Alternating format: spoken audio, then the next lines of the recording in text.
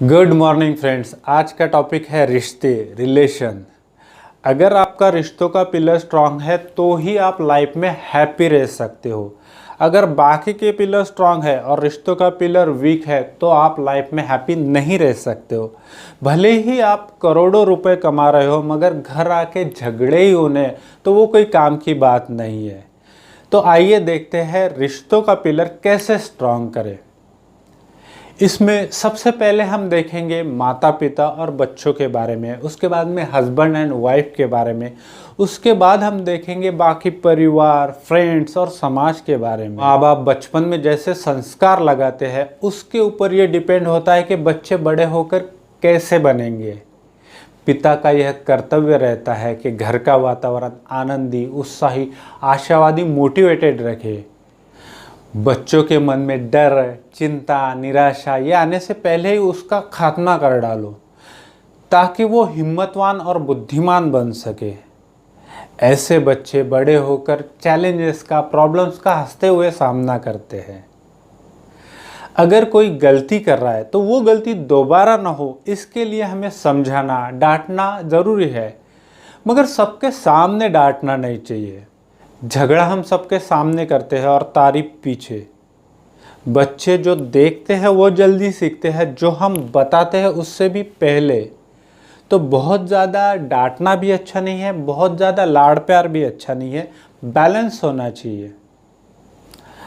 अपने परिवार के साथ में क्वालिटी टाइम स्पेंड करना चाहिए। नहीं तो हमने बहुत से परिवार में देखा है कि कोई किसी से बात भी नहीं कर रहा है।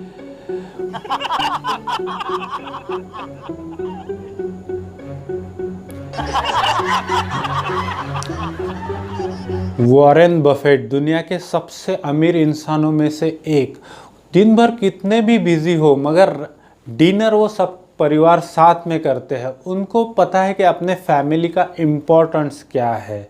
हम भी दिन भर कितने भी बिजी हो मगर रात का खाना तो भी सब परिवार मिलके हम खा सकते हैं। दिन भर क्या अच्छा हुआ उसके ऊपर डिस्कशन होना चाहिए। अगर कोई चैलेंजेस है उसके ऊपर डिस्कशन होना चाहिए। करियर ग्रोथ उसके ऊपर डिस्कशन होना चाहिए। और किसी को ब्लेम मत करो कि उसके वजह से ऐसा हुआ, इसके वजह से ऐसा हुआ। खुद की रिस्पॉन्सिबिलिटी खुद लो। किसी के साथ कंपैरिजन मत करो, खुद का कंपैरिजन खुद से होना चाहिए। किसी के साथ में जलसी नहीं होनी चाहिए। जब हमारा मूड अच्छा होता है तो बहुत बड़ी बात भी हमें छोटी लगती है, और जब हमारा मूड खराब होता है तो बहुत छोटी बात का भी हम बतंगड़ बना लेते हैं। बात कुछ और होती है और गुस्सा किसी और पे निकलता है। बच्चों पे कभी भी हाथ नहीं उठाना चाहिए, क्योंकि ये हमारा हाथ उनके लिए राक्षस के हाथ जैसा है। अगर कान पे पड़ जाए और कान का पर्दा वर्दा फट जाए तो जिंदगी भर पछताना पड़ सकता है।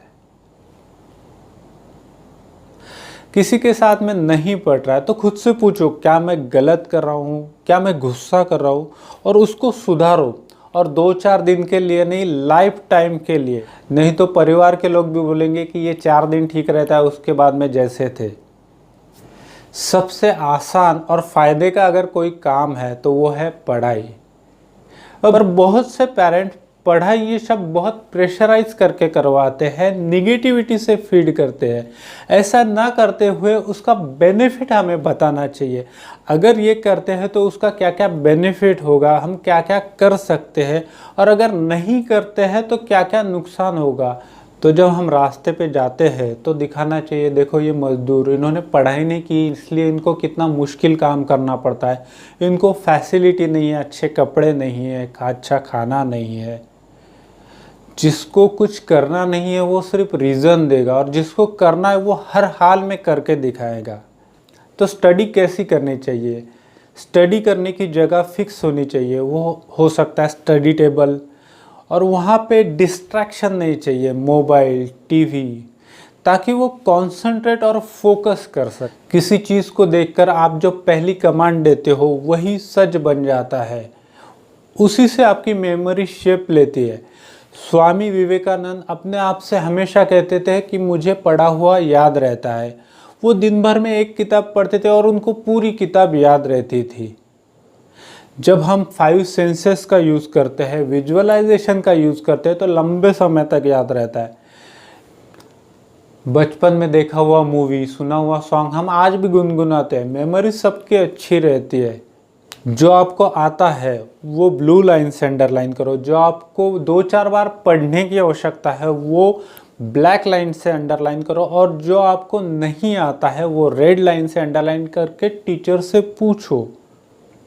सब खेल इंटरेस्ट और अर्जेंसी का है। अगर 2 बजे दोस्त का फ़ोन आता है, यार 4 बजे क्रिकेट खेलने चलते हैं, तो 2 घंटे में सारा होमवर्क हम निपटा के 4 बजे खेलने को जाते हैं, नहीं तो 8 घंटे भी निकल जाएंगे तो वो होमवर्क नहीं करेंगे। अगर आपको इंजीनियर बनना है या डॉक्टर बनना है तो 85-90 के ऊपर मार्क चाहिए। मगर आपका इंटरेस्ट हो या नहीं हो, 70% मार्क चाहिए, और बाकी 30% जिसमें आपको इंटरेस्ट है उसमें आप दे सकते हो। उसके बाद का पॉइंट है हस्बैंड एंड वाइफ। कहते हैं जोड़ियाँ ऊपर स्वर्ग में बनती है, रब ने बना दी जोड़ी। जितना वाइफ हस्बैंड के लिए, हस्बैंड वाइफ के लिए करता है, उतना संसार में कोई किसी के लिए नहीं करता है। तो एक दूसरे का रिस्पेक्ट करना चाहिए, प्यार करना चाहिए, सपोर्ट करना चाहिए, केयर करना चाहिए, अप्रिशिएट करना चाहिए। हम कभी कभी उनकी वैल्यू नहीं करते। क्यों? क्योंकि वो हमारे साथ 24 आवर रहते हैं। तो उनको समझना चाहिए, उनका स्वभाव समझना चाहिए। जिस प्रकार हार्डवेयर अलग रहता है, यानी शरीर की बनावट अलग है, उस प्रकार स्वभाव यानी सॉफ्टवेयर भी अलग है।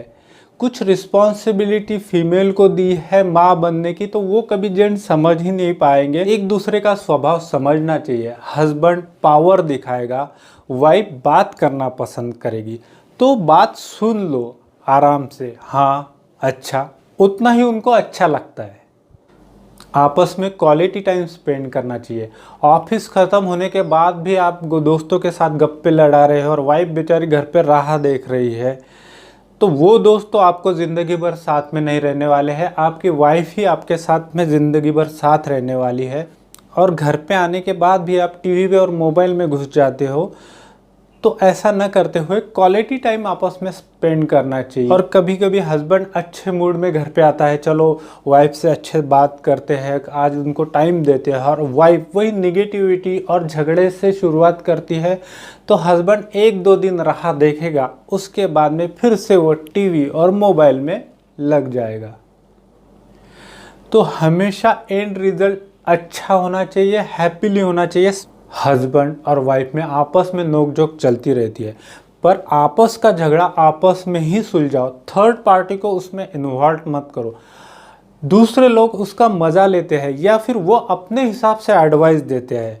अपना कहना डायरेक्ट एक्सप्लेन करो, उसके बेनिफिट एक्सप्लेन करो, और अपना पॉइंट सही वक्त पे बताओ जब सामने वाले का मूड अच्छा हो। यानी जब क्रिकेट मैच देख रहा हो, मौके पे चौका मारना चाहिए। जब तूफान आने वाला रहता है तो समुंदर में नैया नहीं डालनी चाहिए। सिचुएशन तो आती जाती रहेगी, हमारा रिस्पॉन्स उसमें अच्छा रहा तो रिज़ल्ट भी अच्छा होगा। अगर हमारा रिस्पॉन्स बुरा है तो रिज़ल्ट भी बुरा ही होगा। अगर कोई गलती कर रहा है तो माफ़ी मांग लो। भगवान श्री कृष्ण अगर शिशुपाल की 100 गलतियां माफ़ कर सकते, क्या हम अपने लोगों की 2-3 गलतियां माफ़ नहीं कर सकते हैं? माफ़ तो करो ही करो, मगर अपनी गलती है तो माफ़ी भी मांग लो। अगर अपनी गलती नहीं भी है तो भी माफ़ी मांग लो। माफ़ी में तो, सॉरी में तो मास्टर बन जाओ। किसी भी कंडीशन में आज का झगड़ा दूसरे दिन तक नहीं जाना चाहिए। रात गई बात गई। जब तारीफ़ करने की बात आती है तो हम बोलते कि अभी इतने साल शादी को हो गया, अभी क्या थैंक यू बोलना या आई लव यू बोलना। मगर जब सब्जी में थोड़ा सा नमक कम हो जाए तो झगड़ा हम सबके सामने करेंगे। सही मर्दानगी तारीफ करने में है सबके सामने। जब वाइफ मायके जाती है तब उसकी वैल्यू समझ में आती है। तो लिखो क्या क्या मिस करते हो, उसके 10 अच्छे पॉइंट्स लिखो। ज़्यादातर झगड़े पैसों की वजह से होते हैं। एग्जाम्पल के लिए वाइफ ने बोला ऑफिस से आते वक्त आलू लेके आना। अब हस्बैंड आलू लेके आता है, फिर वाइफ पूछते है कि कितने रुपए किलो है। हस्बैंड बोलता है कि 50 रुपये किलो है। वाइफ बोलती है अरे वहाँ से लेके आते थे तो 40 रुपये में ही मिलते थे। अब हस्बैंड ये सोचता है मैं यू टर्न लेके जाऊँ, वहाँ पे रुकूँ, फिर आऊँ, उससे अच्छा स्ट्रेट रास्ते में मिल गए लेके आया। तो फाइनेंशियल प्लानिंग भी ज़रूरी है। दोनों का पैसा समझो, फ्यूचर के लिए इन्वेस्ट करो, इमरजेंसी मनी बाजू में निकाल के रखो। खुद को चेंज करना चाहिए, लाइफ पार्टनर को नहीं तो लव एट फर्स्ट साइट और डिवोर्स एट फर्स्ट फाइट, तो ऐसा नहीं करना चाहिए। हम उनसे प्यार करते हैं तो उनको उनकी कमज़ोरी के साथ अपनाना चाहिए, वो जैसे है वैसा एक्सेप्ट करना चाहिए, उनके इमोशन की कदर करना चाहिए, उनके खुशी में अपनी खुशी देखना चाहिए। वो बाकी लोगों से कुछ खास है ऐसा बर्ताव करना चाहिए, वो अपनी फर्स्ट प्रायोरिटी रहना चाहिए। और वाइफ ने भी बहुत ज़्यादा एक्सपेक्टेशन नहीं रखना चाहिए, वो कोई सुपरमैन नहीं है। और बहुत इम्पोर्टेंट पॉइंट, एक दूसरे का विश्वास कभी तोड़ना नहीं चाहिए। नो एंट्री में कभी भी एंट्री नहीं लेनी चाहिए। नो एंट्री यानी पति पत्नी और वो। अगर मन में एक बार शक आ जाए तो वो पूरा घर बर्बाद कर देता है। मैं बहुत डीप में नहीं बताऊंगा, बस बी अवेयर विथ टच। और अगर आपको हैप्पी मैरिज लाइफ चाहिए तो कभी भी एनिवर्सरी मत भूलो, अच्छे अच्छे फ़ोटो निकालो, वो सेव करो, वो सामने लगाओ और ऐसा समझो कि जस्ट मैरिड कपल की तरह। उसके बाद में बाकी परिवार, फ्रेंड्स, समाज अगर इनकी बात कहे तो अपना बिहेवियर अच्छा होना चाहिए। अच्छा यानी क्या, हम कुछ उनके लिए अच्छा करना चाहिए। जैसे अगर उसमें पॉइंट देना चाहे तो कैसे देंगे, जैसे कोई कार से उतर रहा है और कार का दरवाज़ा हमने खोल दिया तो 1 पॉइंट, किसी की तारीफ़ की तो 2 पॉइंट, किसी की हेल्प की तो 3 पॉइंट। ऐसे हमें अच्छे पॉइंट्स लेने चाहिए। हमें कभी भी अपना या अपने परिवार का नुकसान हो ऐसा नहीं करना चाहिए। वो हमसे कमज़ोर होते हैं, हमें से प्यार करते हैं, हम बाहर की पूरी भड़ास उन पर निकालते हैं। ऐसा रिस्पांस देने से पहले पॉज लो, खुद को रिलैक्स करो और उसके बाद में अपना रिस्पांस दो। नहीं तो क्या, सुबह उठे और टूथपेस्ट का ढक्कन खुला दिखा, बस वहाँ से चालू। किसने रखा ये टूथपेस्ट खुला, समझता नहीं क्या ये, अरे ढक्कन ही तो खुला है ना, बंद कर दे और लगो काम पे। अच्छा बदलाव लाने के लिए ज़्यादा देर नहीं लगती, एक क्षण लगता है। नहीं तो कई लोग कई साल तक एक बात पकड़ के रखते हैं, उसने शादी में मुझे ऐसा बोला था, उसने शादी में ऐसा किया था। और वो वेट भी करते हैं कि कब इनका बुरा हो और मैं बोलूँ देखो मैंने तुमसे बोला था कि इससे शादी मत कर, पछताएगा। तो लोग अपने हिसाब से नहीं चलने वाले हैं, अपने को ही बदलाव लाना पड़ेगा। अगर आपने किसी लड़की को शादी के लिए प्रपोज किया और उसने नहीं बोला तो देवदास नहीं बनना है, कबीर सिंह नहीं बनना है। कोई भी गलत रास्ता अपनाने से पहले एक बार अपने पेरेंट्स के बारे में सोचना है। किसी एक पर्सन के लिए अपनी पूरी ज़िंदगी बर्बाद मत करो। व्हाट्सएप पे एक जोक आया था, इसी रिलेटेड है इसलिए बता रहा हूँ कि अपना 100% दो और फिर भी आता है नहीं, तो वो नहीं तो उसकी बहन सही। और मैं तो कहता हूँ कि काबिल बनो, आपको कोई ना ही ना बोल सके। अगर आप काबिल है तो कामयाबी तो पीछे आनी ही है। लिखो आपको कैसा लाइफ पार्टनर चाहिए, कैसे रिलेशंस चाहिए, कैसे इमोशन चाहिए और आपको जैसे रिश्ते चाहिए उस प्रकार से अपने में बदलाव लाओ, अपने नज़रिए में बदलाव लाओ, दूसरों की अच्छाइयाँ देखो, अपने शब्दों में बदलाव लाओ। नेगेटिव नहीं बोलना है और हमेशा डिस्कशन का एंड हैप्पी होना चाहिए। नहीं तो टेनिस की बॉल की तरह नहीं, वो कुछ बोल रहा है हम कुछ बोल रहे हैं। जब बच्चा रोता है तो माँ भी उसके साथ नहीं रोती है, वो उसको समझाती है, शांत करती है।